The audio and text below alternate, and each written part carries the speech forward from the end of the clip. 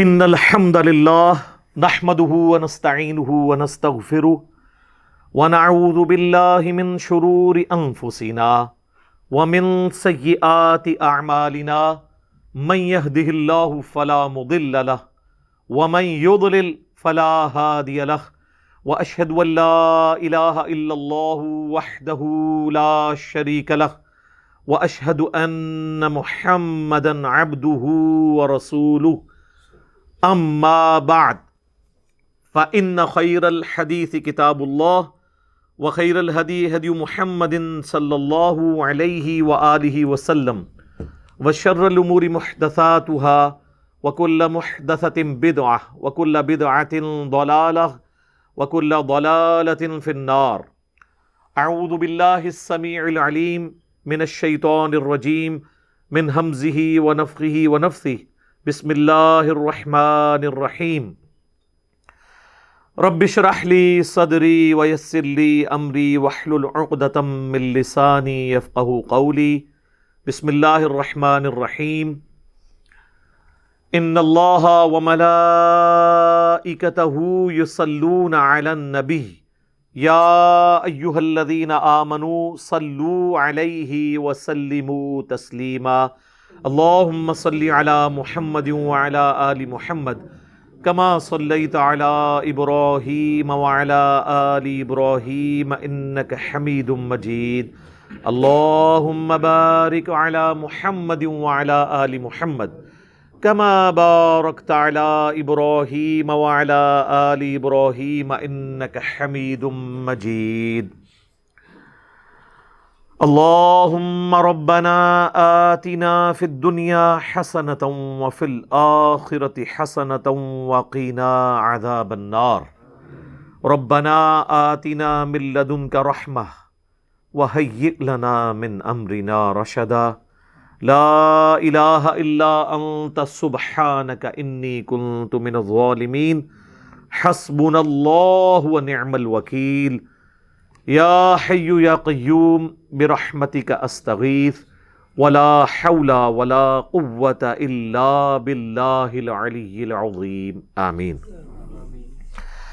الحمدللہ آج 14 فروری 2021 کو سنڈے کے دن قرآن کلاس نمبر 67 میں ہم سورہ النساء کی آیت نمبر 25 سے آنورڈ سٹارٹ کریں گے انشاءاللہ تعالی. اعوذ باللہ من الشیطان الرجیم. بسم اللہ الرحمن الرحیم. وَمَن لَّمْ يَسْتَطِعْ مِنْكُمْ طَوْلًا أَن يَنكِحَ الْمُحْصَنَاتِ. تم میں سے جس کے پاس فائنینشلی طاقت نہ ہو کہ وہ آزاد عورتوں کے ساتھ نکاح کر سکے. المحصنات المؤمنات، مومن عورتیں. فَمِمَّا مَلَكَتْ أَيْمَانُكُمْ مِنْ فَتَيَاتِكُمُ الْمُؤْمِنَاتِ. تو جو تمہارے پاس کنیزیں ہیں، تمہارے قبضے میں لونڈیاں، ان کے ساتھ نکاح کر لے. آزاد عورت کی بڑی اہمیت تھی اس زمانے میں. آزاد عورت، ایک خاندانی عورت کا ملنا ایک مشکل کام تھا عرب کے اندر. ایون آج بھی اگر آپ سعودی عرب کے لوگوں سے پوچھیں، لوگ تو یہاں سمجھتے ہیں کہ عربی عورتیں کرتے رہتے ہیں، وہ چاند ایک امیر عربی ہیں. میرے بھائی عام جو عربی ہیں ان کو تو عورت ملتی ہی نہیں ہے جتنی ریکوائرمنٹ ہے. اتنے نخرے ہیں وہاں پہ عورتوں کے. تو اس زمانے میں آزاد عورت کے ساتھ نکاح تو یہ بڑا مشکل کام تھا. تو اللہ تعالیٰ نے فرمایا کہ جو لونڈیاں، جن کے بارے میں پچھلی دفعہ ذکر کر چکا ہوں، غیر مسلم مردوں کی وہ عورتیں جو میدان جنگ میں لڑنے کے لیے آتی تھیں، وہ عورتیں جو میدان جنگ میں آتی تھیں لڑنے کے لیے، تو ظاہر ہے اسلام میں تو آپ عورت اور بچے کو قتل نہیں کر سکتے میدان جنگ میں، تو ان کو پھر غلام بنایا جاتا تھا. جو ایک سسٹم چل رہا تھا آہستہ آہستہ ڈسکریج ہوا اور وہ ختم ہو گیا.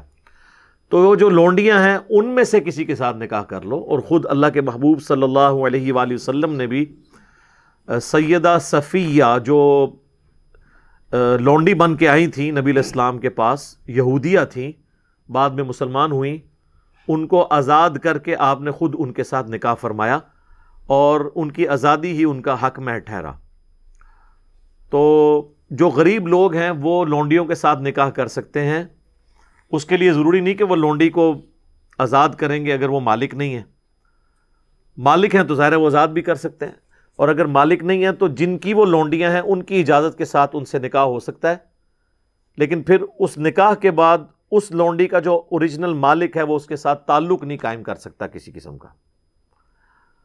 جس طرح کہ اس کی ایک نمائندہ مثال سیدنا عمار ابن یاسر کی جو والدہ تھیں سمیہ, اور والد جو تھے یاسر, یہ سمیہ جو ہے وہ ابو جہل کے چچا کی لونڈی تھیں.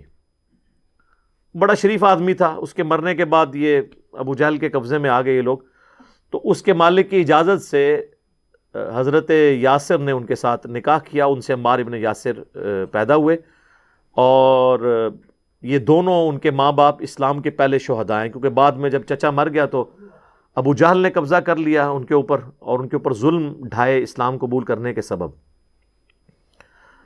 تو لونڈیاں جو آپ کے قبضے میں نہیں کسی اور کی لونڈی ہیں, تو ایک غلام مسلمان ہے وہ دوسرے غلام کے ساتھ ظاہر شادی کرے گا, آزاد عورت اس کے ساتھ شادی کرنے کے لیے تیار ہی نہیں ہوگی, اور اگر کبھی ہو بھی گئی کسی مجبوری کی وجہ سے تو وہ پھر نکاح نبھ نہیں سکتا. اس کی نمائندہ مثال سیدنا زید بن حارثہ کی شادی سیدہ زینب کے ساتھ اسی لیے نہیں چلی کہ وہ ہاشمی خاتون تھی, یہ غلام زادے تھے, نبی اسلام نے اگرچہ بیٹا بنایا ہوا تھا ان کو لیکن ہے تو غلام تھے, تو اس لیے وہ زیادہ عرصہ وہ شادی چل نہیں سکی. تو اللہ تعالیٰ فرما رہا ہے اگر آزاد عورتیں نہ ملیں تو پھر جو کنیزیں ہیں یا لونڈیاں, جن کے حوالے سے میں پچھلی کلاس میں ڈسکشن کر چکا, آج تفصیل میں نہیں جاؤں گا, ان کے ساتھ نکاح کر لو. واللہ اعلم بایمانکم, اللہ تعالیٰ خوب جانتا ہے تمہارے ایمان کے متعلق کیا کیفیت ہے. بعضکم من بعض, تم میں سے بعض سے ہو, یعنی یہ تو اللہ نے دنیا میں کسی کے لیے آزمائش اس طرح کی بنا دی کہ کوئی مرد ہے, کوئی عورت ہے, کوئی غلام ہے, کوئی آزاد ہے, تو لیکن ہے سب کے سب آدم کی اولاد سے, وہی اسی جنس سے ہوا. فانکحوہن باذن اہلہن, تو نکاح کرو ان لونڈیوں کے ساتھ ان کے سرپرستوں کی اجازت سے. وآتوہن اجورہن بالمعروف, اور انہیں حق مہر جو ہے وہ جو معروف طریقے پر حق مہر بنتا ہے اس معاشرے کے اندر وہ دو. محصنات غیر مصافحات, تاکہ وہ بھی پاک دامن بن جائیں اور بدکاری سے بچ جائیں. ولا متخذات اخدان, اور کسی قسم کی کوئی پوشیدہ دوستی نہ ہو عورتوں کے ساتھ. نکاح چونکہ اعلانیہ ہوتا ہے, پوشیدہ دوستی کی تو اسلام میں اجازت نہیں ہے. تو لونڈیاں جو ہے ان کا کریکٹر بھی پورا صحیح ہوتا تھا, تو اس لیے اللہ تعالیٰ نے فرمایا کہ ان کو محسنہ بناؤ. محسنہ یعنی حصار میں بند, کسی قلعے کے اندر بند. تو شریعت میں محسنہ وہ عورت ہے, وہ آزاد عورت جو کسی خاندان کے قلعے میں بند ہو جاتی ہے.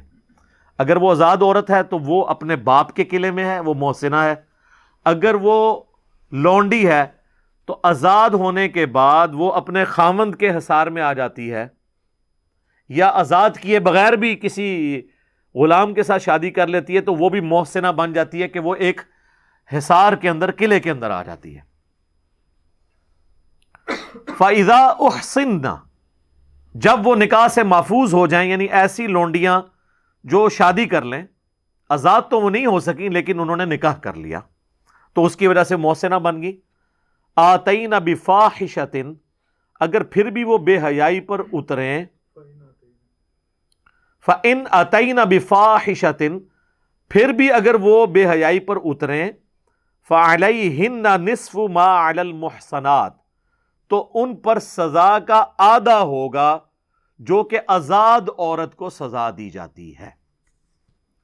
اب یہ جو آیت کا پورشن ہے, اس سے وہ لوگ جو شادی شدہ زانی کی سزا رجم کے قائل نہیں ہیں, جس کے اوپر سنی اور شیعہ کا اجماع ہے, بخاری اور مسلم میں درجنوں احادیث ہیں, وہ اسی آیت کے حصے کا سہارا لیتے ہیں. وہ یہ کہتے ہیں کہ جب قرآن کہہ رہا ہے کہ جو لونڈی ہے اس کو آدھی سزا دی جائے گی, شادی کے بعد بھی اگر وہ بے حیائی کرتی ہے تو رجم تو آدھا نہیں ہو سکتا, رجم تو پورا ہی ہوتا ہے. یعنی رجم میں تو یہ ہوتا ہے کہ زمین میں گاڑ کے زانی شادی شدہ کو پتھر مار کے اسے ہلاک کر دیا جاتا ہے. وہ سورہ نور میں جب آئے گا تو میں ڈیٹیل سے ڈسکس کروں گا, آلریڈی میری کئی ایک ویڈیوز اس پہ ریکارڈ ہیں. تو اب جو لونڈی اگر بے حیائی کرتی ہے تو اب آدھا رجم کس طرح کیا جائے؟ تو وہ کہتے ہیں اس میں امپلائڈ ہے کہ جو 100 کوڑوں کی سزا آئی ہے سورۃ النور کے اندر، وہی شادی شدہ کی بھی سزا ہے اور غیر شادی شدہ کی بھی، کیونکہ 100 کوڑے تو آدھے ہو کے 50 ہو سکتے ہیں، رجم کا آدھا نہیں ہو سکتا۔ اب یہ لاجیکلی تو ان کی بات درست ہے اگر یہ معاملہ اسی طریقے سے ہو، لیکن اگر آپ ان آیات کو دقت نظر سے دیکھیں اور جہاں سے یہ ٹاپک سٹارٹ ہوا تھا والمحصنات من النساء، تو میں نے پہلے بھی عرض کیا کہ محسنہ قلعے میں بند عورت، 2 عورتوں کے لیے محسنہ لفظ بولا گیا، ایک وہ غیر شادی شدہ عورت جو آزاد عورت ہے، جو اپنے باپ کے انڈر رہ رہی ہے لیکن وہ غلام نہیں ہے، وہ بھی محسنہ ہے، اور وہ شادی شدہ عورت جو ہے تو لونڈی یا غلام یا کنیز تھی لیکن اب خاوند کے انڈر آ گئی تو وہ بھی محسنہ ہے۔ دونوں کے اوپر محسنہ کا لفظ بولا گیا، لہذا چونکہ ٹاپک چل رہا تھا غیر شادی شدہ عورتوں کے حوالے سے محسنہ، اور ان کا کمپیریزن کروایا گیا کہ اگر تم ایسی محسنہ کے ساتھ شادی نہیں کر سکتے جو آزاد ہے تو پھر لونڈی کو محسنہ بنا لو، اس کے ساتھ نکاح کر لو۔ تو اب یہ کمپیریزن اس غیر شادی شدہ محسنہ کے ساتھ ہو رہا ہے، اس محسنہ کا جو کہ لونڈی ہے اور خاوند کے انڈر آ گئی ہے، یعنی یہ خاوند کے انڈر والی محسنہ بمقابلہ باپ کے انڈر رہنے والی محسنہ۔ تو اب آپ کو یہ بات سمجھ آئے گی کہ وہ غیر شادی شدہ محسنہ ہے جس کے بارے میں 100 کوڑے ہیں، تو اس کے آدھے اس کو لگیں گے۔ اگر کوئی لونڈی شادی شدہ کرے گی تو شادی شدہ لونڈی کو رجم نہیں کیا جائے گا بلکہ اس سے 50 کوڑے لگائے جائیں گے۔ اور اس وسوسے کا جواب جو غامدی صاحب کی طرف سے اٹھایا جاتا ہے یا امین احسن اصلاحی صاحب کی طرف سے کہ جی آدھا تو رجم ہو نہیں سکتا، تو یہ رجم کا تو اس میں تعلق ہی نہیں ہے، اس میں تو اس محسنہ سے کمپیئر کروایا جا رہا ہے جو غیر شادی شدہ محسنہ ہے۔ تو غیر شادی شدہ کے لیے تو ہم رجم کے قائل بھی نہیں ہیں، اس کے لیے سورۃ النور میں 100 کوڑوں کی سزا آئی ہے، اس کے ساتھ کمپیئر کریں گے تو 50 کوڑے بنتے ہیں۔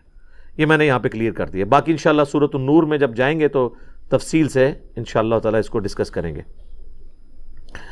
فَعَلَيْهِنَّ نِصْفُ مَا عَلَى الْمُحْصَنَاتِ مِنَ الْعَذَابِ، وہ جو آزاد عورتوں کے لیے جو غیر شادی شدہ ہیں ان سے آدھا عذاب یعنی آدھی تکلیف 50 کوڑے انہیں دی جائے گی۔ ذَلِكَ لِمَنْ خَشِيَ الْعَنَتَ مِنْكُمْ، یہ لونڈیوں سے نکاح کی اجازت اس کے لیے ہے جسے خطرہ ہو کہ وہ بدکاری میں مبتلا ہو جائے گا، بشرطے کہ وہ اب نبھا بھی سکے شادی، یعنی اس کے فائنینشیل ریسورسز اتنے ہونے چاہیے۔ وَأَن تَصْبِرُوا، اور اگر تم صبر اختیار کرو گے، خَيْرٌ لَكُمْ، تو تمہارے لیے بہتر ہے۔ وَاللَّهُ غَفُورٌ رَحِيمٌ، اور اللہ تعالیٰ بخشنے والا اور رحم فرمانے والا ہے۔ صبر ظاہر ہے وہ تو میں نے پہلے بھی سورۃ النساء کے تعارف میں ڈسکس کیا تھا، صبر پھر یہی ہے جو صحیح بخاری میں حدیث ہے اور مسلم میں بھی موجود ہے، دونوں کتابوں میں ہے، متفقن علیہ ہے کہ اے نوجوانوں کے گروہ، جو تم میں سے استطاعت رکھتا ہے نکاح کرنے کی تو وہ نکاح کر لے۔ نکاح کرنا نگاہوں کو نیچا رکھتا ہے اور شرمگاہ کی حفاظت کا ذریعہ ہے، اور جو تم میں نکاح کرنے کی استطاعت نہ رکھتا ہو یعنی فائنینشیل استطاعت، تو وہ روزے رکھے اور اس کے ذریعے اپنے اس معاملے کو ایڈریس کرے، سیکس والے جو جذبے کو ایڈریس کرنے کے لیے وہ روزے رکھے۔ یرید اللہ لیبین لکم، اللہ تعالیٰ چاہتا ہے کہ شریعت کے احکام کھول کھول کر تم سے بیان کرے۔ وَيَهْدِيَكُمْ سُنَنَ الَّذِينَ مِن قَبْلِكُمْ، اور تمہیں اس راستے پر چلائے جو تم سے پہلے کامیاب لوگوں کا راستہ ہے، ان لوگوں کے راستے پر، ان کی راہوں پر۔ وَيَتُوبَ عَلَيْكُمْ، اور تم پر اپنی رحمت کے ساتھ متوجہ ہو۔ وَاللَّهُ عَلِيمٌ حَكِيمٌ، اور اللہ تعالیٰ علم والا ہے، حکمت والا ہے۔ یعنی اللہ نے اپنے علم اور حکمت کے ساتھ یہ شریعت کی پابندیاں لگائی ہیں، اور ان کا مقصد یہ ہے کہ تمہیں بھی اچھے لوگوں کے راستے کے اوپر چلایا جائے۔ یعنی جو بے حیائی والا ایشو ہے یہ بہت کریٹیکل ایشو ہے، اسی لیے آپ دیکھیں قرآن میں، سنت میں اس معاملے کے اوپر بہت سخت گائیڈ لائنز ہیں۔ اسلام کے جو پردے کے اور سیکس ڈسپلن کے احکامات ہیں وہ بہت سخت ہیں۔ واللہ یرید ان یتوب علیکم، اور اللہ تو چاہتا ہے کہ تم پر رحمت فرمائے، رحمت کے ساتھ متوجہ ہو تمہاری طرف۔ وَيُرِيدُ الَّذِينَ يَتَّبِعُونَ الشَّهَوَاتِ، اور جو لوگ خواہشات نفسانی کی پیروی کرنے والے ہیں ان کی تو خواہش یہ ہے ان تمیلوا میلا عظیما کہ تم بھی حق سے بالکل منہ موڑ لو اور ان کے راستے کے اوپر آ جاؤ، یعنی جو بے حیائی کا پرچار کرنے والے لوگ ہیں۔ آج کے ماڈرن دور میں جو بالکل سیکولر ہو چکے ہیں، مسلمانوں میں ہو چاہے کرسچنس کے اندر، وہ شریعت کو اپنے لیے لعنت سمجھتے ہیں۔ وہ کہتے ہیں پابندی انسان یعنی گلٹ کا شکار ہو جاتا ہے۔ اب جتنے اس قسم کے جو اسلام چھوڑ گئے ہوئے ہیں یا ایتھیسٹ ہو گئے ہوئے ہیں، عیسائیت کو چھوڑ کے ہو گئے ہوئے ہیں، آپ اگر ان کی ویڈیوز دیکھیں تو وہ بار بار یہی رونا روتے ہیں کہ ہم ہر وقت اسی چکر میں پڑے رہتے ہیں کہ کون سی چیز جائز ہے کون سی ناجائز ہے، اس کی وجہ سے ہم سائیکو پرابلم ہو گیا ہے ہمارے ساتھ۔ حالانکہ یہ سائیکو پرابلم نہیں ہے، بلکہ ان پابندیوں کے اندر اللہ کی رحمت چھپی ہے ہمارے لیے، اور ہم لاجیکلی اس کے اوپر ڈیبیٹ کر سکتے ہیں۔ مجھے بتائیں اگر اسلام کا سیکس ڈسپلن نہ ہو تو کیا میاں بیوی کامیاب ازدواجی زندگی گزار سکتے؟ تو انسان کو اللہ نے جانوروں کی طرح تو پیدا نہیں کیا، یہ تو ایک خاندانی نظام کو لے کے چلتا ہے۔ خاندانی نظام کے لیے یہ ضروری ہے کہ سیکس ڈسپلن ہو۔ اگر سیکس ڈسپلن نہیں ہوگا خاندانی نظام ٹوٹ پھوٹ کا شکار ہو جائے گا۔ خاندانی نظام دو چیزوں کے اوپر ہی ڈیپینڈنٹ ہے، جو میاں بیوی کا تعلق ہے وہ کس پہ ہے؟ نمبر 1 سیکس اور نمبر 2 اولاد۔ انہی دو چیزوں کی وجہ سے میاں بیوی کا تعلق قائم رہتا ہے۔ ان میں سے ایک بھی معاملہ ڈسٹرب ہو جائے تو علیحدگی ہو جائے گی۔ تو ظاہر ہے انسانوں نے کوئی جانوروں والی زندگی تو نہیں گزارنی، ایک خاندانی نظام کو لے کے چلنا ہے۔ جب خاندانی نظام کو لے کے چلنا ہے انہوں نے، تو پھر سیکس ڈسپلن بھی سخت ہوگا اور اس میں کسی قسم کی ٹالرنس نہیں ہوگی۔ پھر یہ حجاب، پردہ، یہ ساری کی ساری چیزیں ہوں گی، تو پھر شریعت کی پابندیاں بھی آئیں گی۔ اگر ایک مرد ایک سے زیادہ عورتوں کی طرف متوجہ ہوگا تو وہ اپنی بیوی کے ساتھ کیسے مخلص ہوگا؟ اور اگر ایک عورت ایک سے زیادہ مردوں کے ساتھ اٹیچ ہو جائے گی تو وہ کیسے مخلص ہوگی؟ یہ خاندانی نظام چل ہی نہیں سکتا۔ یہ ڈیپینڈنٹ ہے اس کے اوپر کہ میاں بیوی ایک دوسرے کے علاوہ کسی اور کی طرف متوجہ نہ ہو، تو اس کے لیے پھر سیکس ڈسپلن ہوگا، پردہ بھی ہوگا، آنکھوں کی حفاظت بھی ہوگی، جو سورہ نور میں آیا کہ مومن مردوں کو حکم دو کہ اپنی نگاہوں کو نیچا رکھیں، اور مومن عورتوں کو حکم دو کہ اپنی نگاہوں کو نیچا رکھیں۔ اچھا، یہ نگاہوں کو نیچا رکھنا یہ کئی فتنوں سے آپ کو آزاد کر دیتا ہے، صرف سیکس کے پوائنٹ آف ویو سے نہیں، دنیاوی خواہشات سے بھی۔ یہ جو لوگوں کو خام خواہ ہر چیز کو دیکھنے کی عادت ہوتی ہے نا، موٹر سائیکل پہ چلتے ہوئے بھی 50 جگہ وہ دیکھ رہے ہوتے ہیں، ٹھیک ہے، لوگوں کی گاڑیوں کو دیکھ رہے ہوتے ہیں کون سا ماڈل آیا ہے، نمبر پڑھ رہے ہوتے ہیں کیڑے شہر دی ہے، تو بس وہ اسی چکر میں ہی پڑے رہتے ہیں۔ یہ صرف بد نگاہی یہ نہیں ہے کہ آپ نے بے حیائی کے حوالے سے نگاہوں کی حفاظت کرنی ہے، بد نگاہی یہ بھی ہے کہ آپ خام خواہ لوگوں کی نعمتوں کے اوپر نظر رکھے ہوئے ہیں، اور آپ کے اندر خام خواہ کا وہ جیلسی فیکٹر پیدا ہو، اور اندر ہی اندر آپ کوڑتے رہیں، اور پھر اس چیز کو حاصل کرنے کے لیے آپ حرام اور حلال کی تمیز گنوا دیں۔ دنیا کے جتنے فتنے نا ان کا آغاز آنکھ سے ہوتا ہے، جتنے فتنے، خواہشات جتنی بھی جڑی ہیں وہ آنکھ کے ساتھ ہے۔ تو نگاہوں کو نیچا رکھنا ہے۔ کہتے پہلی نظر معاف ہے۔ پہلی نظر معاف کا یہ مطلب نہیں کہ نظر ڈال کے معافی مانگنی ہے، پہلی نظر ہے اچانک اٹھ جانے والی نظر۔ وہ مسلم شریف کے الفاظ ہیں، مولا علی کہتے ہیں کہ نبی علیہ السلام نے فرمایا کہ مجھے اللہ نے یہ حکم دیا ہے کہ اچانک جو نظر اٹھ جائے میں فوراً نیچی کر لوں۔ اچانک کا مطلب ہے کہ فوراً اٹھی۔ لیکن ایک شخص بازار میں جا رہا ہے، اور آپ کو پتہ ہے یہ آنکھیں اللہ نے ایسی چیز بنائی ہے کہ بڑی دور تک آپ نہ بھی دیکھ رہے ہو آئیڈیا ہو جاتا ہے، اور اس کو پتہ چل گیا ہے سامنے سے اسلامی بہنیں آ رہی ہیں، تو اب یہ تو نہیں وہ دیکھ کے پہلی نگاہ کرے گا اور پھر نیت کرتا ہوں پہلی نگاہ کی اور پھر نیچے، نہیں، بس اس کا اس وقت پتہ لگ جانا ہی اس کی پہلی نظر ہو گئی۔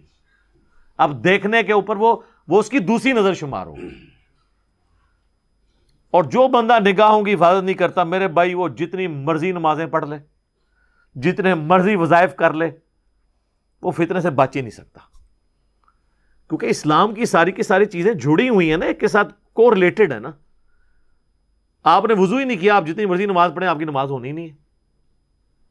آپ کہتے ہیں روحانیت آ جائے میں بے حیائی سے بچ جاؤں، گندے گندے خیالات، کہتے ہیں گندے گندے خیالات آتے ہیں، وہ کام ہی تمہارے ایسے ہیں کہ گندے گندے خیال آئیں. ایسے دوستوں کی صحبت چھوڑ دو، ایسے میگزین پڑھنا چھوڑ دو، ایسی ویڈیوز دیکھنا چھوڑ دو. جب آپ وہ اس ماحول سے ہٹیں گے خود بخود اندر کی تطہیر شروع ہو جائے گی، اور اس کے لیے پہلی شرط نگاہوں کی حفاظت ہے. تو اللہ تعالیٰ نے شریعت کی پابندی لگا کے بیسیکلی ہمیں دنیا کے اندر ہی آزاد کر دیا خواہشات سے. ورنہ یقین کریں کتنی عورتوں کے ساتھ آپ نکاح کر لیں گے یا تعلق قائم کر لیں گے، اس کا تو کوئی اینڈ ہی نہیں ہے. اس کا اینڈ یہی ہے کہ اخلاص کے ساتھ میاں بیوی آپس میں بانڈ رکھیں، نگاہوں کی حفاظت کریں، کوئی ایکسٹرا کوئی کسی قسم کا معاملہ سٹارٹ ہی نہ ہو تاکہ آگے معاملات چلیں ہی نہ. لہذا شریعت کی پابندی انسان کے لیے نعمت ہے. میں اکثر نمازوں کے اوقات کے بارے میں سوچتا ہوں کہ اگر نمازوں کے اوقات نہ ہوں تو جانوروں والی زندگی ہے انسان کی. جو لوگ نماز نہیں پڑھتے آپ دیکھیں ان کی کیا حالت ہوتی ہے. ان کو مغرب کے وقت نیند آئی ہے نا، سو گئے ہیں، اب جا کے رات کو 1 بجے آنکھ کھلی ہے، باقی سارے گھر والے سوئے ہوئے ہیں، اب وہ جاگا ہے، اب اس کو لگی ہوئی ہے بھوک، اب جائے گا فریج میں جا کے دیکھے گا، بجلی ہوگی تو چلو اوون میں کچھ گرم کر لے گا، پڑا ہوگا نہیں ہوگا تو وہ کھانے پینے کی طرف سے بھی ڈسٹرب ہوگا. اب رات کو 1 بجے جاگ گیا ہے تو اب نیند بھی نہیں آئے گی، اور فجر کی جیسے ہی اذانیں شروع ہوں گی نیند آ جائے گی. اور جب ناشتے کا وقت ہوگا وہ الٹا پڑا ہوگا، گھر والے ناشتہ کر رہے ہوں گے. تو نمازوں کا اگر ٹائم ٹیبل نہ ہو تو جانوروں والی زندگی ہے آپ کی. نماز کی وجہ سے ہم اپنے ٹائم ٹیبل کو مینٹین رکھتے ہیں. عصر کے بعد آئے ہیں نا، نیند بھی آئی ہے، بندہ کہتا ہے نہیں یار وہ مغرب کی نماز کا ٹائم ہو جائے گا، مغرب پڑھیں گے، اس کے بعد آپ کہیں گے چلو میں اب کھانا کھا لوں، عشاء بھی تو پڑھنی ہے، عشاء پڑھ کے ایک دفعہ ہی سوؤں گا. لیکن اگر آپ کی کوئی روٹین نہ ہو، جو اکثر ہمارے مسلمانوں کے نوجوان بھی ذرا ان کی حالت دیکھ لے کیا ہے، جانوروں کی سی زندگی گزار رہے ہیں، جانوروں سے بھی بدتر. تو شریعت جو ہے یہ لعنت نہیں ہے بلکہ نعمت ہے، اور یہ اللہ نے یہ پابندیاں لگا کے ہم پر احسان کر دیا. یہ پابندیاں نہیں ہیں بلکہ ہمیں سلیقہ سکھایا ہے. اس کے علاوہ کوئی اور پیٹرن ہو ہی نہیں سکتا کہ آپ سکون کی زندگی گزاریں. کوئی بندہ روزانہ 1 فلم بھی دیکھ لے، 2 فلمیں بھی دیکھ لے، کتنی دیکھے گا؟ At the end of the day bore ہو جائے گا، اینڈ ہی کوئی نہیں ہے. انسان کی زندگی ایک خاندانی زندگی ہے جس میں ماں باپ بیوی بچوں کے حقوق ہیں، وہ اپنے معاملات کو لے کے چلنا ہے، اللہ کے حقوق پورے کرنے ہیں، ایک ڈسپلن لائف گزارنی ہے آپ نے. اور اسی لائف میں کہنے کو تو وہ پابندی ہے، لیکن وہ پابندی ایسی پابندی ہے اس کی وجہ سے آپ سکون کے ساتھ زندگی گزار رہے ہیں. دنیا میں بھی آپ دیکھ لیں، آپ کسی ڈاکخانے کے باہر بینک میں یا ڈاکخانے کے باہر بل جمع کروانے کے لیے کھڑے ہوں اور وہاں پہ 1000 لوگ بل جمع کروانے کے لیے آ جائیں، اگر تو وہ قطار میں کھڑے ہوتے ہیں تو پھر تو سارے کرا لیں گے، اور اگر قطار نہیں بنتی تو پھر تو شام تک بھی فارغ نہیں ہوں گے، اور لڑائی جھگڑا بھی الگ سے ہوگا. ڈسپلن کا یہ فائدہ ہوتا ہے. اس طرح شریعت بھی ایک ڈسپلن ہے. تو اللہ تعالیٰ فرماتا ہے کہ جو خواہشات کی پیروی کرنے والے لوگ ہیں وہ تو چاہتے ہیں کہ تم لوگ بالکل راہ حق سے منہ موڑ لو، اور اللہ تعالیٰ تمہیں اس رحمت کے ساتھ تمہاری طرف متوجہ ہوتا ہے. رحمت سے مراد شریعت کی پابندیاں. یرید اللہ ان یخفف عنکم، اللہ تو چاہتا ہے تم سے ہلکا کر دے بوجھ. یہ ساری کی ساری پابندیاں لگا کے اللہ نے آپ سے بوجھ ہلکا کیا ہے. شریعت کی پابندی لگا کر آپ کو نفسیاتی مریض بننے سے، انزائٹی سے بچا لیا. وَخُلِقَ الْإِنسَانُ ضَعِيفًا، اور انسان کو تو اللہ نے کمزور پیدا کیا. یہ حقیقت بات ہے. انسان کے پاس صرف ایک چیز ہے جو اس کو سب پہ بھاری کر دیتی، وہ عقل ہے. باقی ہماری جتنی کیپیبلٹیز ہیں نا وہ جانوروں سے بہت کم ہے. ہاتھی جو ہے نا وہ زمین پہ پاؤں مار کے نا 40 کلومیٹر دور تک نا کمیونیکیشن کر لیتا ہے دوسرے ہاتھی کے ساتھ. 40 کلومیٹر. کتے کی سونگنے کی حساب دیکھ لیں. عقاب کتنے کلومیٹرز اوپر سے اپنا شکار نیچے دیکھ لیتا ہے. تو آپ جانوروں کو ذرا کنسیڈر کرنا شروع کریں، بندہ پریشان ہو جاتا ہے. یہ جو سرخاب آتے ہیں رشیا سے، جب وہاں پہ زیادہ ٹھنڈ پڑتی ہے تو وہ ہمارے سب کانٹیننٹ میں آتے ہیں. 5,000 کلومیٹر ایٹ لیسٹ سفر کر کے آتے ہیں ہر سال، اور وہ ہوا میں ہی سفر کرتے بھی سوتے بھی ہیں اور اسی دوران اڑتے رہتے ہیں، اور ان کو یہ بھی پتا ہے کہ ہم نے ویوز جو یعنی ایئر کے جو مختلف لیئرز ہیں کس لیئر میں اڑنا ہے کہ ہم آسانی کے ساتھ یہاں پہنچ جائیں۔ وہ میرے بھائی کے ایک دوست ہیں، تو وہ سرخاب کا شکار کر کے نا تو گھر میں ایک دفعہ سرخاب دینے کے لیے آئے، تو مجھے کہنے لگے علی بھائی یہ پر دیکھیں، یہ وہ پر ہیں جو بوئنگ اور ایئر بس کا کوئی جہاز بھی اس طرح کے پر نہیں رکھتا جو اللہ نے اس کو پر دیے ہیں، فیولنگ کی بھی ضرورت نہیں سر، بس وہ وہاں سے چلتے ہیں اور یہاں وہ سوتے بھی ہیں، کھانے پینے کی بھی کوئی حاجت نہیں ان کو، یہاں پہ پہنچ جاتے ہیں، اور پھر جب موسم دوبارہ نارمل ہوتا ہے وہ واپس چلے جاتے ہیں۔ تو جانوروں کو آپ کسی بھی جانور کی اگر خوبیاں گننی شروع کریں تو بندہ حیران رہ جاتا ہے۔ اچھا یہ جانور بھی تو بیمار ہوتے ہیں، ان کو بھی زخم ہوتے ہیں، ٹھیک ہو جاتے ہیں، اور کپڑے اللہ نے ایسے دیے ہیں ان کو کہ بدلنے کی بھی ضرورت نہیں ہے، ہمیں تو کپڑے دھونے پڑتے ہیں، نئے پہننے پڑتے ہیں، اللہ نے پر دیے ہیں وہ خود بخود ٹوٹتے ہیں، نئے اگتے ہیں، صفائی والا معاملہ بھی ان کا ہوتا رہتا ہے، ان کو کوئی نلاتا دھلاتا نہیں ہے۔ تو آپ ایک اگر جانوروں کی کوالٹی دیکھیں تو انسان تو آپ کو نظر آئے گا کہ واقعی یہ جو اللہ نے فرمایا میں خلق الانسان ضعیفا، اتنا کمزور ہے انسان کہ آپ انسان کے بچے کو ٹیبل پہ رکھ دینا وہ نیچے گر جائے گا، لیکن آپ بلی کا چھوٹا سا بچہ بھی ٹیبل پہ رکھیں وہ نیچے نہیں گرے گا، اس کی جبلت میں اللہ نے ڈال دیا۔ یہ جو مرغیوں کے چھوٹے چھوٹے چوزے جب نکلتے ہیں انڈے سے، کس اسکول میں جاتے ہیں وہ؟ دانا چگنا سیکھنے کے لیے، پانی پینے کے لیے، اور جب چیل آتی ہے تو وہ اپنے ماں کے پروں کے نیچے آتے ہیں، ان کو کس نے یہ ساری چیزیں سکھا دی ہیں؟ یہ اللہ تعالیٰ نے ان کی جبلت میں، انسٹنکٹ میں ساری خوبیاں ڈال دی ہیں، اور انسان کو صرف ایک چیز ہے وہ عقل، جس کی وجہ سے اس نے سب کو قابو کیا ہوا ہے، ادروائز انسان کی اپنی جو کیپیبلٹیز ہیں نا وہ جانوروں کے مقابلے پہ بہت کم ہے، انسان بہت کمزور ہے، جانوروں سے ڈر جاتا ہے، لیکن عقل دیکھیں آپ کے، عقل کی وجہ سے اتنے بڑے بڑے ہاتھی شیر ان کا شکار کر لیتا ہے۔ اگر ان کے پاس بھی وہی عقل ہو تو زمین پہ انسانوں کو نہ زندہ رہنے دیں۔ ہاں جی جناب، بس وہ آپ ایک عید قربان پہ صرف ایک ہی بیل ذبح کریں گے، باقی بیل پھر آپ کو ذبح کریں، ان کے سامنے ذبح ہو رہے ہوتے ہیں، پھر اگلا پکڑ کے آپ لاتے ہیں ذبح کر دیتے ہیں آپ، ورنہ اگر وہ یہ دیکھ لیں کہ یہ اس کا کیا مطلب ہے جو ان کے ساتھ ہو رہا ہے ہمارے ساتھ بھی ہونا ہے، تو آپ بیل میں جتنی طاقت ہے آپ اس کو گرا سکتے ہیں اگلے بیل کو۔ انسان اپنی عقل کی وجہ سے چل رہا ہے لیکن ہے کمزور۔ اب میرے بھائیوں اگلی آیت جو ہے نا سورہ النساء کی آیت نمبر 29، یہ بہت کریٹیکل آیت ہے۔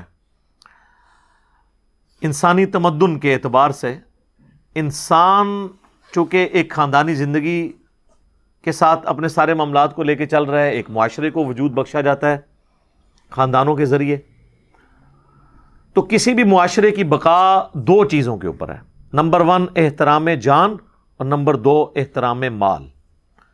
جس معاشرے کے اندر جان اور مال کی حفاظت نہیں ہوگی وہ بدترین معاشرہ ہوگا۔ بخاری اور مسلم دونوں میں جو حدیث ہے، نبی علیہ السلام کے آخری خطبات میں سے ایک یوم النحر کا خطبہ ہے جو آپ نے 10 ذوالحجہ 10 ہجری کو منا کے میدان میں دیا، ایک وہ ہے جو عرفات کے میدان میں دیا تھا، ایک منا کے میدان میں دیا ہے جو بخاری اور مسلم دونوں میں ہے۔ وہ آپ نے اکثر سنا ہوگا کہ نبی علیہ السلام نے صحابہ سے پوچھا آج کون سا دن ہے، تو انہوں نے کہا اللہ اور اس کا رسول بہتر جانتے ہیں۔ پوچھا یہ کون سا مہینہ ہے، تو انہوں نے کہا اللہ اور اس کا رسول بہتر جانتے ہیں۔ یہ کون سا شہر ہے، تو انہوں نے کہا اللہ اور اس کا رسول بہتر جانتے ہیں، عز وجل وصلی اللہ علیہ وآلہ وسلم۔ صحابہ کہتے ہیں ہمیں پتا تھا لیکن ہم نے جواب اس لیے نہیں دیا، ہو سکتا ہے نبی علیہ السلام ان ساری چیزوں کے نام چینج کرتے ہیں۔ تو اس میں کئی اور الفاظ ہیں جو آج ٹاپک نہیں ہے، اس میں ایک لفظ ہے، آپ نے جو ایک جملہ بولا کہ تمہاری جان، تمہاری مال اور عزت ایک دوسرے پہ اسی طریقے سے حرام ہے جس طرح کہ یہ شہر مکہ کی حرمت ہے اور اس جگہ کی حرمت ہے، یعنی شہر مکہ کی، اس مہینے کی اور آج کے اس دن کی، قربانی کے دن کی حرمت ہے نا، جس طرح اللہ کے نزدیک یہ عزت والا ہے، اور ذوالحجہ کا مہینہ حرمت والا مہینہ ہے جو 4 حرمت والے مہینے ہیں ان میں سے، اور شہر مکہ یہ حرمت والی جگہ ہے. جس طرح یہ حرمت والی چیزیں نا، اس طرح ایک دوسرے کی جان مال عزت ایک دوسرے مسلمان کے اوپر حرام ہے کہ وہ اس کو نقصان پہنچائے. اور یہ نبی اسلام نے کمپیریزن اس لیے کرایا کہ کعبے کی توہین کو تو لوگ گناہ سمجھیں گے، لیکن کسی دوسرے کے ساتھ زیادتی کرنے کو گناہ نہیں سمجھیں گے.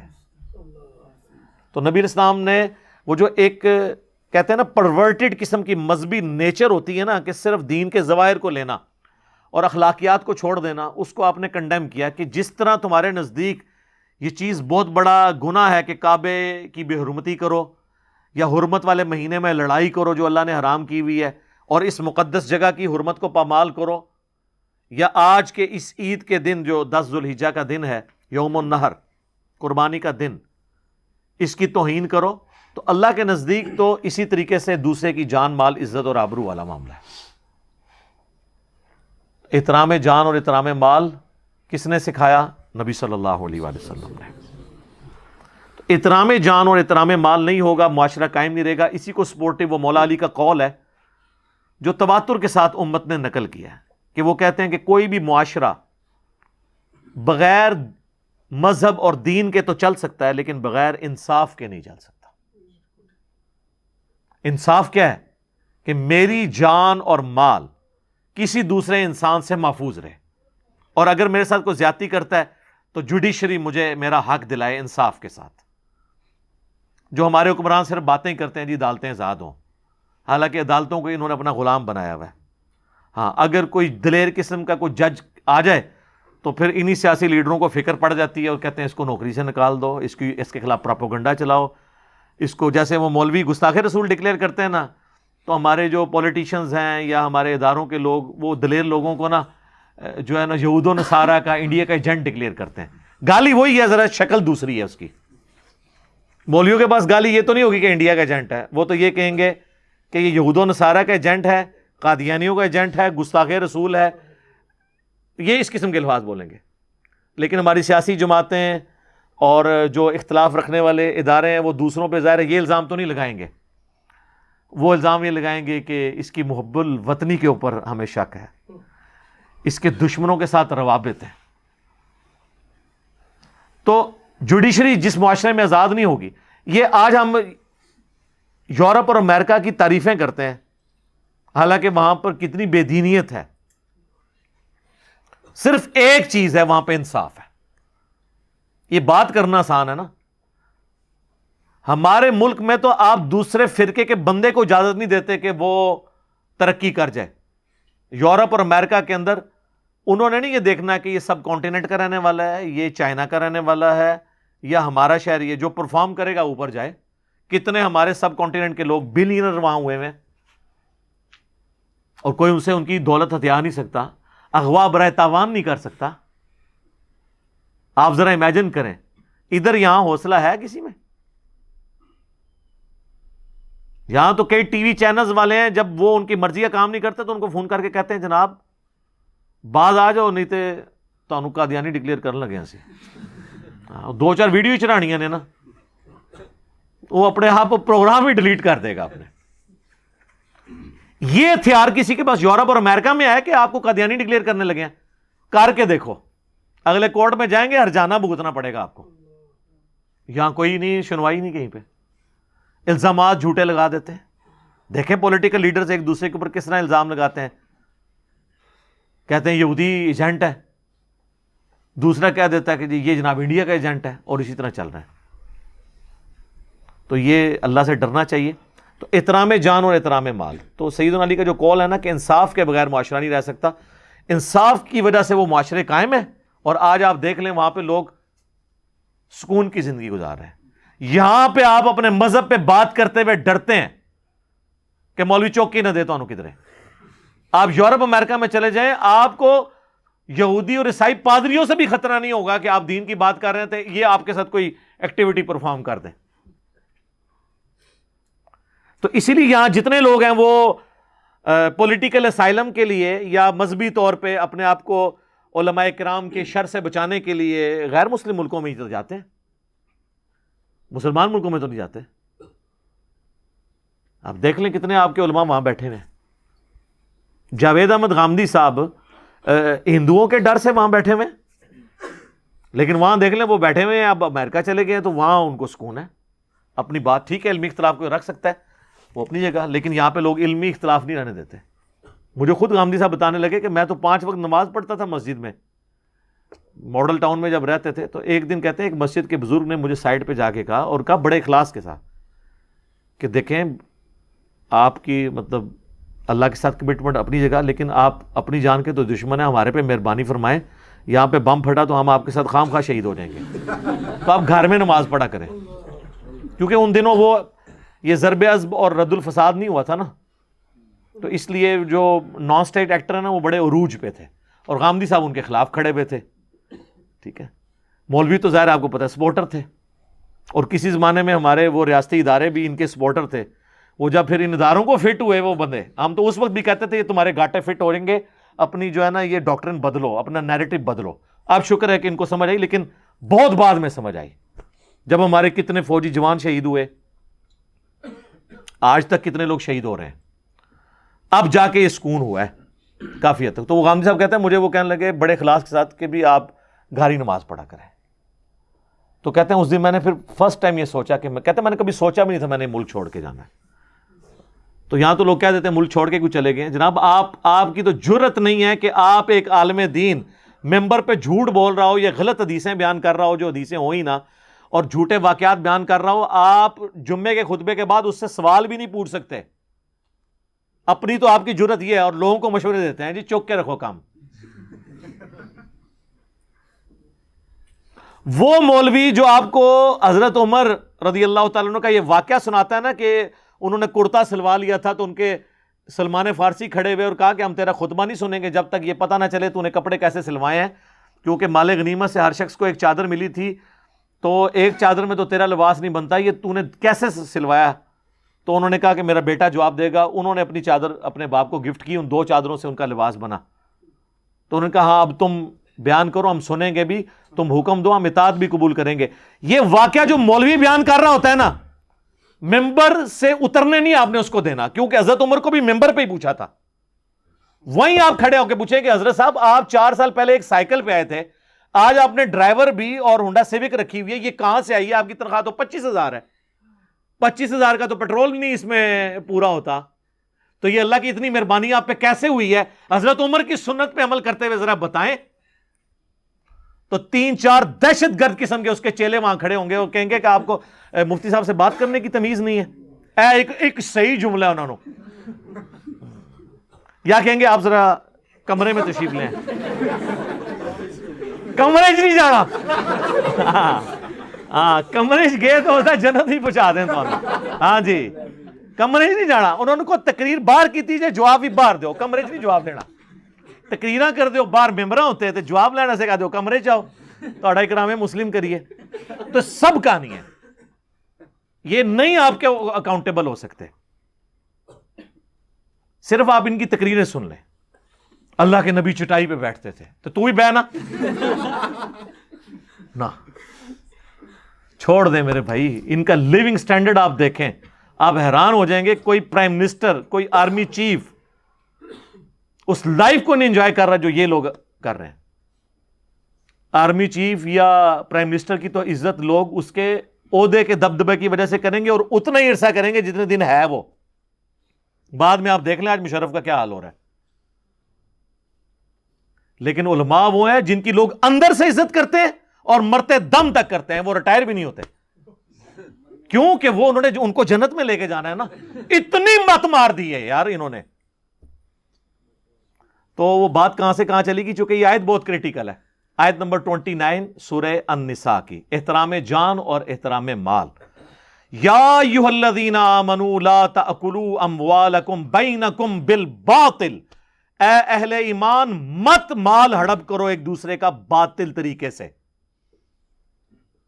الا ان تکونوا تجارۃ عن تراض منکم، ہاں تم مل جل کر کوئی پارٹنرشپ کر کے تجارت کے ذریعے کوئی مال کماتے ہو کہ آدھا وہ پارٹنر ہے آدھا آپ ہیں اور کمائی ہوتی ہے، یا ایک سلیپنگ پارٹنر ہے محنت دوسرے کی ہے، سرمایہ اس کا تھا تو اب اس کی جو انکم ہے ظاہر ہے اگرچہ آپ کا سرمایہ نہیں تھا لیکن محنت تو آپ کی ہے نا.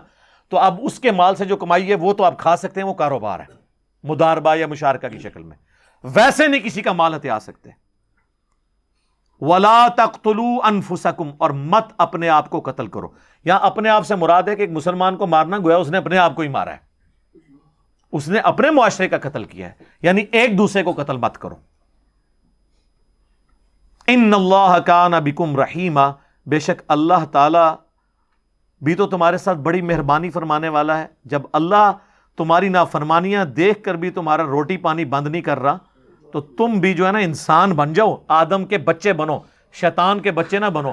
شیطان نے اپنی غلطی پہ جسٹیفیکیشن دی تھی اور آدم نے اپنی غلطی پہ معافی مانگی تھی، تو آدم کے بچے بنو۔ آدمی کون ہوتا ہے؟ جو آدم کی اولاد میں سے ہو۔ تو اللہ تعالیٰ بھی تو رحم فرمانے والا ہے۔ تو یہاں پہ احترام جان اور احترام مال آیا ہے، ایک دوسرے کو قتل بھی نہیں کرنا اور ایک دوسرے کا مال بھی ہڑپ نہیں کرنا۔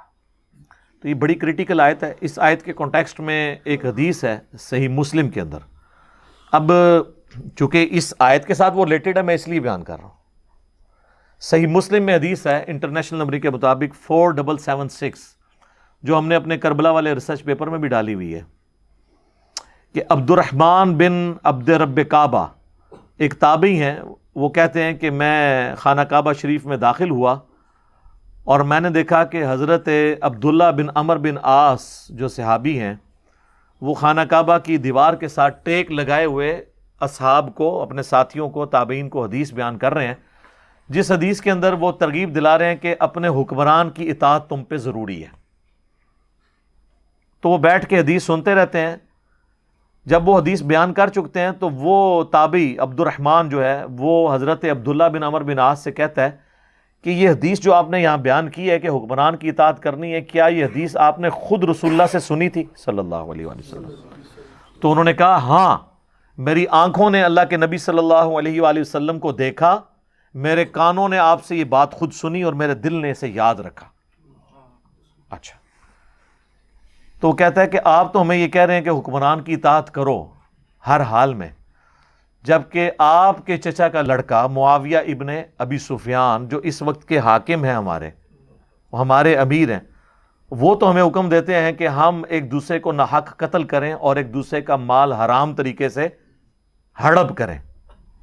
اور اللہ قرآن میں کہتا ہے، یہی آیت پھر انہوں نے پڑھی، لا تأکلوا اموالکم بینکم بالباطل الا ان تکونوا تجارۃ عن تراض منکم ولا تقتلوا انفسکم۔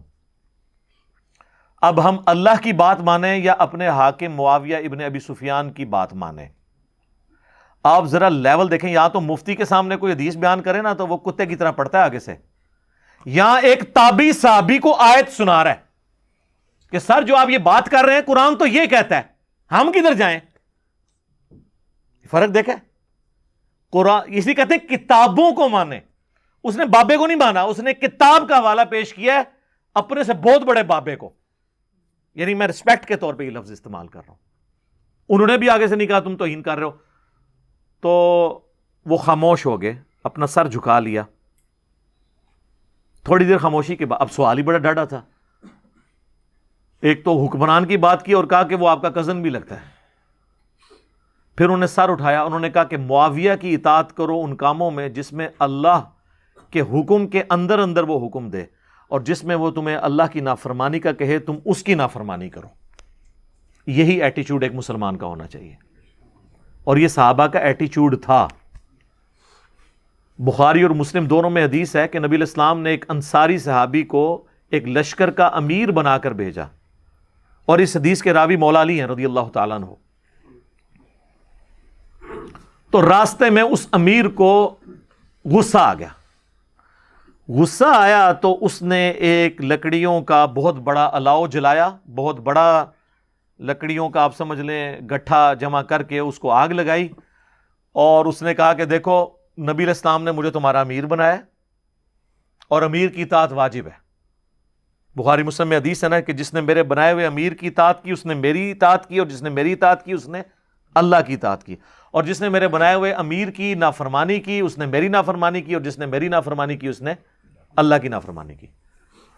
تو اس نے کہا کہ میں تمہارا امیر ہوں اور میں تمہیں حکم دیتا ہوں کہ تم اس آگ میں چھلانگ لگاؤ. یعنی غصہ ٹھنڈا کرنا سی, انہوں نے وہ آگے سٹ رہے.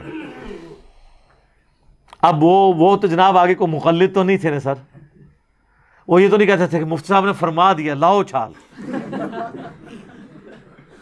انہوں نے کہا کہ بڑا پیارا جملہ بولا, انہوں نے کہا ہم تو آگ سے بچنے کے لیے ہی رسول اللہ کے دین کو قبول کیا تھا ہم نے, اور تم ہمیں آگ میں پھینک رہے ہو. ہائے ہائے ہائے. آج کوئی یا تو لوگ پیروں کے کہنے پہ بچے ذبح کرتے ہیں. چلے بچے ذبح کرنا تو آپ کو یعنی ایک دم لگتا ہے کہ بہت بڑا جرم ہے. اس سے بڑا جرم یہ ہے کہ پیروں کے, بزرگوں کے, مفتیاء کے, علماء کے کہنے کے اوپر لوگ سنت کے مطابق نماز پڑھنے سے ڈر جاتے ہیں, رسول اللہ کا طریقہ چھوڑ دیتے ہیں, لیکن وہ ہمیں نظر نہیں آتا.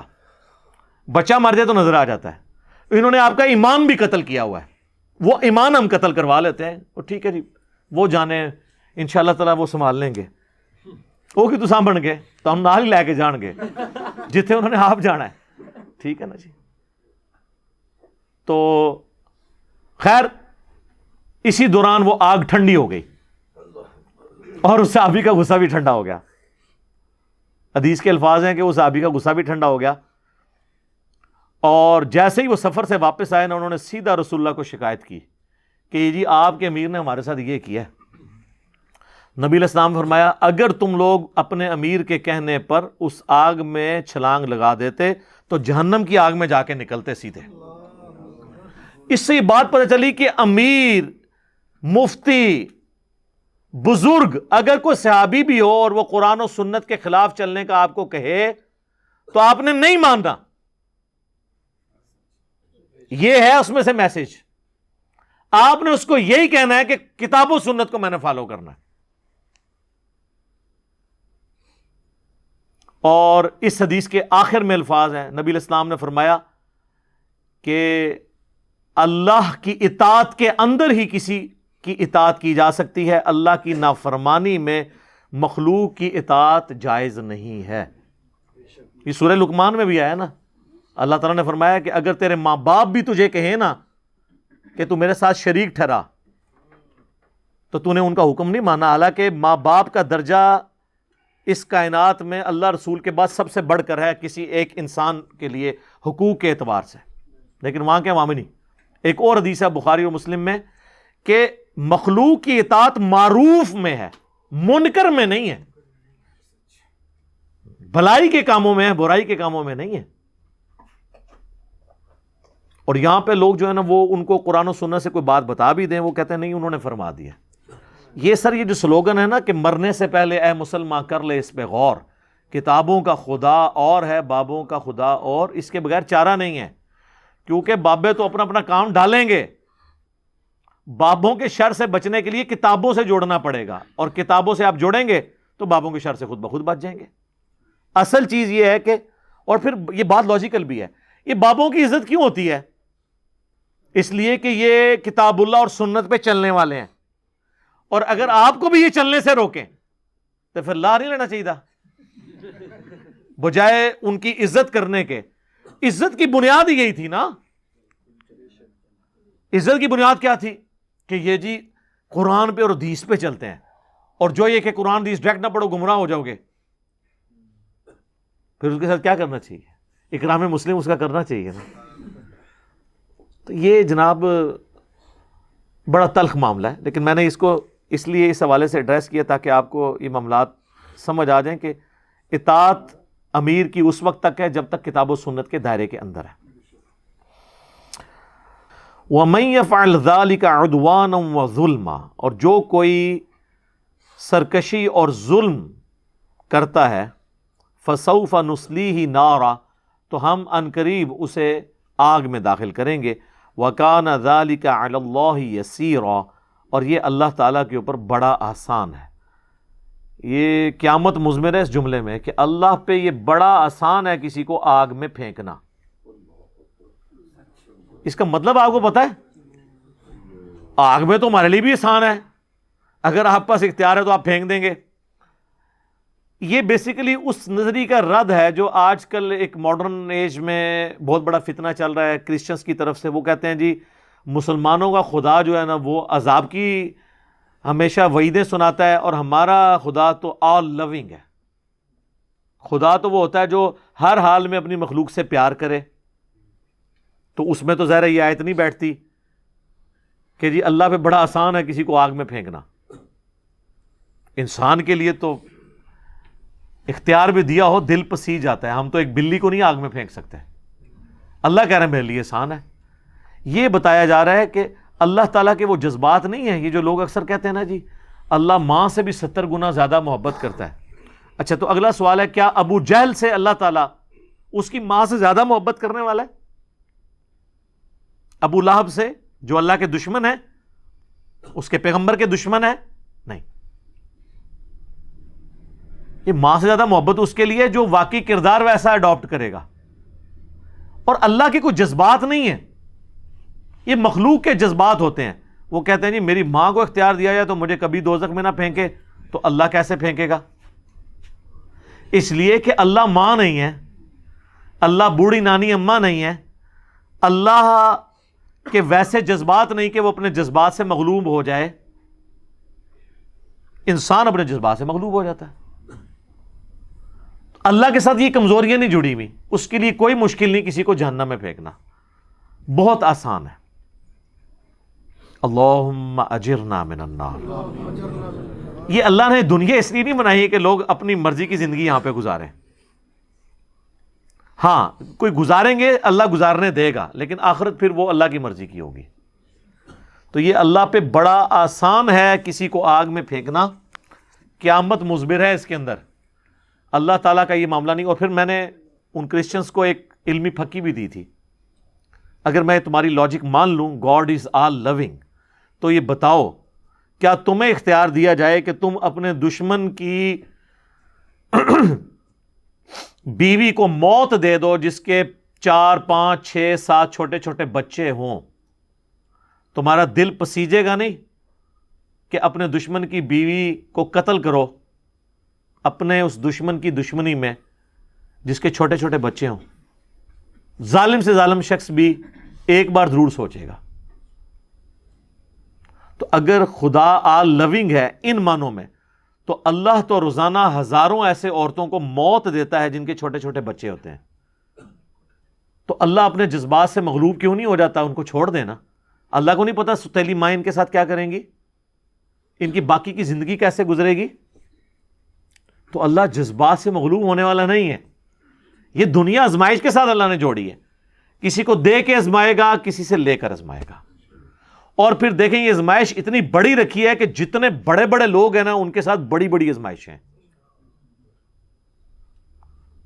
حسین ابن علی جیسی آزمائش امت میں سے کسی پہ آئی ہے کیا؟ اگر دین پر چلنا, نیک زندگی گزارنا آزمائشوں کو ٹال دیتا تو ان سے ٹال جاتی. لہٰذا ہمارے یہ جو وائزین بھی کہہ رہے ہیں نا کہ جی آپ نماز شروع کر دیں, آپ نیکی کے راستے پہ آ جائیں, تو انشاءاللہ بھٹی کو بھی آگ لگائیں گے سونا ہو جائے گی. سر اس طرح کوئی نہیں ہوئے گی. وہ جو آپ کا مقدر ہے وہ آپ کو ملنا ہے. ہاں آخرت کی میں گارنٹی دیتا ہوں کہ جو آخرت ہے نا وہ آپ کی مرضی کی ہوگی اگر آپ نے دنیا اللہ کی مرضی کی گزاری. دنیا کی کوئی گارنٹی نہیں ہے, کیونکہ دنیا تو ان لوگوں کو نہیں ملی جو ہم سے بہت اچھے تھے. تو آپ کیوں ایسی امید لگائے ہوئے ہیں کہ آپ کو ویسی دنیا مل جائے گی؟ ہاں لیس للانسان الا ما سعی, انسان کے لیے وہ ہے جس کی وہ کوشش کرے. جو ہمارا مقدر ہے وہ تو ہمیں ملنا ہے, لیکن آخرت جو ہے نا وہ آپ کے ہاتھ میں ہے, دنیا کسی کے ہاتھ میں نہیں. آپ کوشش کریں, پرائم منسٹر بن بھی سکتے ہیں. عمران خان صاحب کوشش کر کے چلیں, پہنچ ہی گئے نا, لیکن طاہر القادری صاحب نہیں بنے. کوشش انہوں نے ان سے زیادہ کی ہے. ہم میٹرک میں تھے اس وقت انہوں نے خواب بھی ایک بیان کیا تھا جو کوئی نہیں پورا ہوا. اب تو وہ سیاست بھی چھوڑ گئے ہیں, باقاعدہ انہوں نے اناؤنسمنٹ کر دی ہے. تو یہ نہیں ہوتا کہ کوشش کرنے سے آپ کو وہ کچھ مل بھی جائے گا, نہیں بھی مل سکا. لیکن یہ آخرت جو ہے نا جی, یہ ایسی چیز ہے کہ اگر آپ دنیا میں کوشش کرتے ہیں آخرت گارنٹیڈ ہے انشاءاللہ تعالی. ہاں یہ اللہ نے اپنے پیغمبروں، یہ جو اللہ تعالیٰ بار بار کہتا ہے نا میں اپنے وعدے کی خلاف ورزی نہیں کرتا، اس سے مراد آخرت کے وعدے ہیں جو تم سے کیے ہیں نا. جو اوبیڈینٹ رہے گا، پیغمبروں کے ماننے والوں کو، پیغمبروں کی اطاعت کرنے والوں کو جنت، اور پیغمبروں کے نافرمانوں کو جہنم میں پھینکوں گا. یہ اللہ نے اسٹیبلش کرنا ہے. اسی کو میں کہتا ہوں کہ دنیا آپ اللہ کی مرضی کی گزاریں، آخرت آپ کی مرضی کی. لیکن اگر آپ نے دنیا اپنی مرضی کی گزاری تو پھر آخرت اللہ کی مرضی کی. اور اللہ کی مرضی کی آخرت یہ ہے کہ اس کا یہ تقاضا ہے عدل کا کہ وہ اپنے نافرمانوں کو جہنم میں پھینکے. اور یہ تقاضا حقوق العباد کے حوالے سے بھی اللہ پہ ہے. سیدہ سمیہ اور سیدنا یاسر کے ساتھ جو کچھ ابو جہل نے کیا ہے اور جس طریقے سے انہیں قتل کیا ہے، سیدنا یاسر اور سمیہ کو تو جنت میں جانے کا مزہ بھی تب ہی آئے گا جب وہ اسی لیول کا بدلہ ابو جہل سے قیامت والے دن لیں گے. تو مومنین کے دلوں کو ٹھنڈا کرنے کے لیے بھی مجرمین کو سزا دینا ضروری ہے. یہ صرف اللہ کی ریکوائرمنٹ نہیں ہے، اور یہ اللہ ہی ہے جو سزا دے سکتا ہے. ہٹلر نے 60 لاکھ یہودیوں کو، یا بہت محتاط اندازہ لگا لیں تو چلیں 6 لاکھ یہودی کہتے ہیں 60 لاکھ، باقی لوگ کہتے ہیں نہیں ایگزیجریٹ کے 6 لاکھ تھے. سر 6 لاکھ انسانوں کو بھی 100 فیکٹریاں بنا کے قتل کرنا، انوسنٹ لوگوں کو، صرف اس بنیاد پہ کہ وہ مذہبی ہیں. ہمارا ان سے علمی اختلاف یہودیوں سے اپنی جگہ. یہودیوں کو قتل اس لیے کیا گیا جس طرح آج جو کچھ ہمیں مسلمانوں کو وہاں پہ فیس کرنا پڑ رہا ہے نا کہ یہ مذہبی لوگ ہیں، آرتھوڈاکس ہیں، یہ اس ماڈرن معاشرے میں چل نہیں سکتے. یہودی بھی اس طرح بڑے مذہبی ہیں. ان کو اس وقت اس معاشرے کے لیے خطرہ سمجھا گیا. 100 فیکٹریاں بنائی گئی ان کو قتل کرنے کے لیے. ان کی عورتوں کو انٹر کرتے تھے، ایک طرف سے بال ان کے شیو آف کرتے تھے، ان بالوں سے نازیوں کے قالین بنتے تھے. دوسرے چیمبر میں جا کے انہیں بے ہوش کیا جاتا تھا گیس کے ذریعے. تیسرے چیمبر میں ان کو ڈالا جاتا تھا جہاں ان کا جسم پورا گل جاتا تھا، اور آخر میں ایک لیسدار مادہ نکلتا تھا جو وہ کھاد کے طور پہ استعمال کرتے تھے.